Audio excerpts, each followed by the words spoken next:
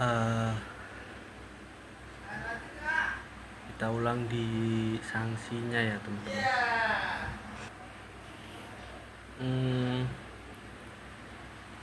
Pendekatannya dalam hukum pidana Islam itu dalam illegal logging, Islam itu tidak hanya menghukum setelah itu terjadi, tetapi juga mendorong terbentuknya kesadaran moral dan tanggung jawab. Salah satunya pendidikan lingkungan, penguatan amanah dan keadilan dalam pengelolaan sumber daya alam merupakan bagian dari pencegahan yang sejalan dengan prinsip-prinsip syariat Islam.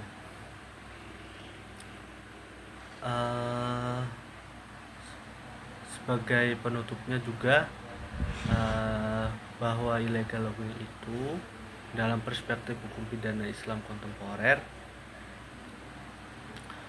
merupakan jinayah serius yang bertentangan dengan prinsip amanah, keadilan, dan kemaslahatan umum. Meskipun tidak disebutkan secara eksplisit dalam teks klasik, larangan dan penindakan dapat ditegaskan melalui prinsip larangan maqasid syariah serta mekanisme takzir. Nah, karena hal ini menimbulkan karena hukum pidana Islam mampu tetap relevan dan mampu menjawab tantangan secara tegas, adil dan berorientasi pada keberlanjutan alam. Seperti yang kita lihat berita-berita akhir-akhir ini yang terjadi pada saudara kita yang di Sumatera Utara dan Aceh, itu salah satu bentuk nyata dari kegiatan penebangan hutan secara ilegal atau yang disebut dengan illegal logging, yang mana bisa terjadinya banjir, longsor, dan juga nantinya seperti yang kita lihat masyarakat sekitar hutan berdampak yang akhirnya menimbulkan kematian, rumah hancur, ladang yang hancur, keluarga-keluarga yang dulunya masih berkumpul sekarang sudah berpisah karena hanyut terkena banjir. Itu kalau kita lihat salah siapa? Salah dari orang-orang yang menebang hutan secara maruk, secara rakus, dan tidak sesuai dengan hukum yang berlaku di Indonesia. Maka dari itu itu berita yang dijadikan sebuah pembelajaran yang nantinya untuk anak cucu kita biar bisa merasakan nikmatnya bagaimana kita menikmati udara segar, menikmati hutan-hutan, kayu-kayu yang nenek moyangnya atau mbah-mbahnya menanam, dan bareng-bareng untuk melestarikannya.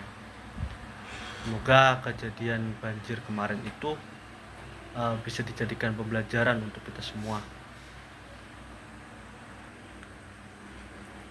Oke, berlanjut ke materi selanjutnya teman-teman, yaitu soal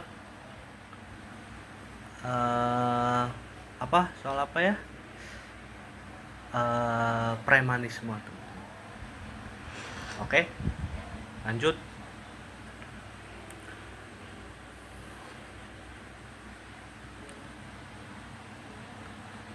Dalam perspektif hukum pidana Islam, premanisme itu merupakan sebuah fenomena sosial yang sering kita jumpai di kehidupan sehari-hari, namun kerap dipersoalkan padahal kalau kita cermati lebih jauh, premanisme itu perbuatan yang melawan hukum atau persoalan hukum dan moral yang sangat serius, teman-teman. Terutama jika kita kaitkan dengan nilai-nilai pada keadilan dalam Islam. Secara sederhananya gini, premanisme itu dapat dipahami sebagai tindakan kelompok orang atau individu yang menggunakan tekanan, ancaman, dan kekerasan untuk menguasai sesuatu yang bukan haknya atau miliknya. Nah, praktik ini itu sering muncul dalam bentuk pemerasan ataupun penguasaan wilayah secara paksa, intimidasi terhadap pedagang maupun warga, sehingga tindakan kekerasan tersebut menimbulkan kerugian. Nah, seluruh tindakan ini adalah pemaksaan terhadap dengan mengandalkan kekuatan, bukan hukum. Kalau dalam Islam, perilaku semacam ini itu bertentangan dengan prinsip keadilan dan kemanusiaan. Islam memandang keamanan dan ketenteraman sebagai kebutuhan dasar manusia. Tanpa rasa aman, masyarakat dapat menjalankan aktivitas sosial, ekonomi, dan keagamaan secara baik ataupun dengan baik. Premanisme itu secara langsung merusak rasa aman tersebut, teman-teman. Masyarakat dalam ketakutan, hukum tidak lagi untuk dihormati dan punya integritas dan martabat.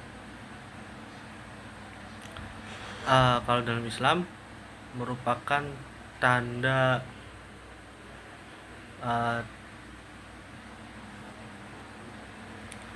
jika kita hubungan dengan hukum pidana Islam, praktek premanisme itu memiliki cernaan dengan beberapa jenis jarima yang dikenal dalam fikih jinayah. Meskipun tidak identik secara bentuk, premanisme juga seringkali mengandung unsur menebar ketakutan di tengah masyarakat, yang menjadi substansi mendekati konsep irobah. Walaupun premanisme tidak selalu terjadi di jalan dengan senjata, tapi secara psikologis menimbulkan rasa takut dan tidak aman tetap sama. Selain itu, premanisme juga merupakan bentuk nyata dari kezaliman, ya.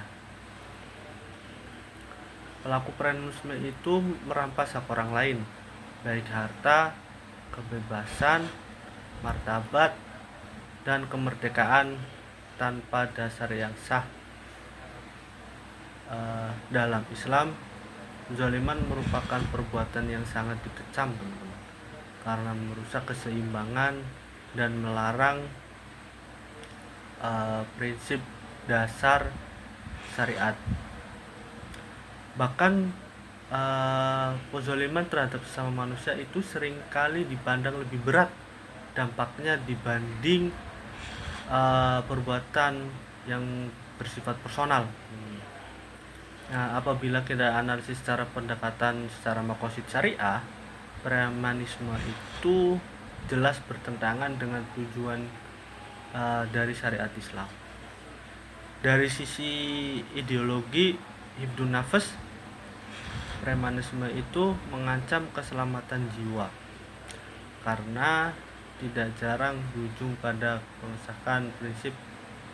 Dari sisi lain, korban premanisme itu kehilangan melalui pemerasan atau penguasaan paksa. Bahkan premanisme itu juga merusak yang sering melakukan kegiatan yang tidak manusiawi, baik di ruang publik maupun di ruang privat.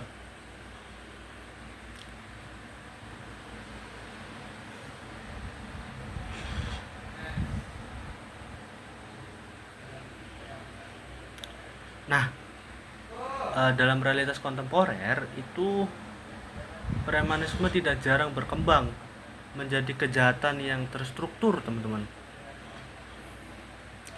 Ada kelompok-kelompok tertentu yang menguasai wilayah, memungut uang dagangan dan bertindak seolah memiliki otoritas atau merampas. Nah, kondisi itu sangat berbahaya ya, teman-teman, karena hukum negara dan norma agama sama-sama dilemahkan. Dalam perspektif Islamnya, ketika kekuatan mengalahkan hukum, maka suatu keadilan itu akan runtuh, teman-teman. Dan kalau kita melihat dari segi sanksi, hukum pidana Islam itu memberikan peluang yang fleksibel melalui mekanisme takzir. Premanisme juga tidak termasuk dalam jarima hudud yang tidak secara tekstual tertulis, yang penyelesaiannya itu diserahkan kepada ulil amri atau hakim. Nah, konsep tazir dalam pelaku tazir dapat berupa penjara, denda, hukuman penjara, dan tindakan lain yang bertujuan untuk menghentikan praktik tersebut dan memulihkan rasa aman masyarakat dan kepercayaan masyarakat. Nah, Islam tidak menganggap hukuman semata sebagai balas dendam, melainkan sebagai sarana untuk menjaga ketertiban dan masyarakat dari kezaliman. Jadi bukan untuk itu. Sebagai penutup, dapat saya simpulkan bahwa premanisme itu dalam perspektif hukum pidana Islam merupakan perbuatan jenayah yang sangat-sangat serius karena mengandung unsur kezaliman, rasa kekerasan, dan kerusakan ketertiban umum. Meskipun tidak disebutkan secara eksplisit ya, secara klasik, karena premanisme itu dapat dijangkau pada prinsip keadilan, maqasid syariah, dan mekanisme takzir.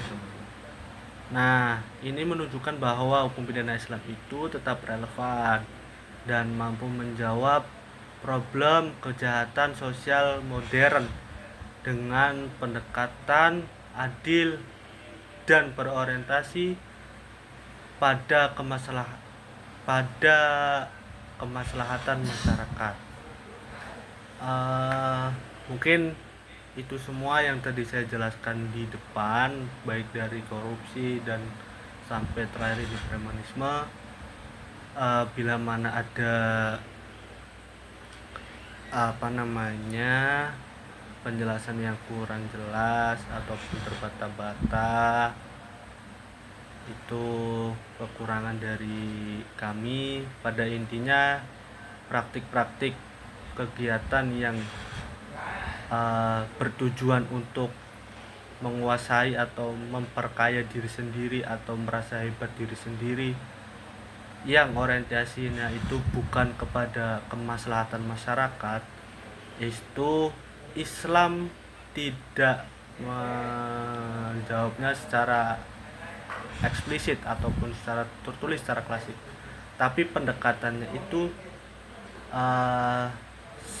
secara langsung untuk negara bisa menghukum berat para pelaku-pelaku yang melakukan tindak pidana seperti illegal logging, korupsi, narkoba, nepotisme, ataupun perdagangan orang maupun premanisme. Baik, mungkin itu saja yang bisa saya sampaikan. Kurang dan lebihnya mohon maaf. Semoga kita semua sehat selalu dan diberi perlindungan oleh Allah Subhanahu wa taala. Cukup sekian dari saya, Yahya Bintang Riki Maulidi. Kurang dan lebihnya mohon maaf. Billahi taufiq wal hidayah. Wassalamualaikum warahmatullahi wabarakatuh.